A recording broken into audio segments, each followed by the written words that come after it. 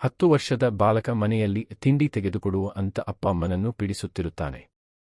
ಆಗ ಅಪ್ಪ ಆ ಮಗುವನ್ನು ಗಟ್ಟಿಯಾಗಿ ಬೈಯುತ್ತಾರೆ. ಅದಕ್ಕೆ ಆ ಮಗು ತುಂಬ ಬೇಸರಗೊಂಡು ಅಳುತ್ತಾ ಮನೆಯಿಂದ ಹೊರಡುತ್ತಾನೆ.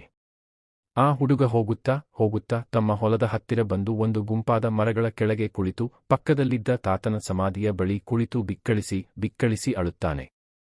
ನೋಡು ತಾತ, ತಿಂಡಿ ತಗೊಡು ಅಂದ್ರೆ ಅಪ್ಪ ಬೈದ ಅಂತ ಅಳುತ್ತಾ ಇರುತ್ತಾನೆ.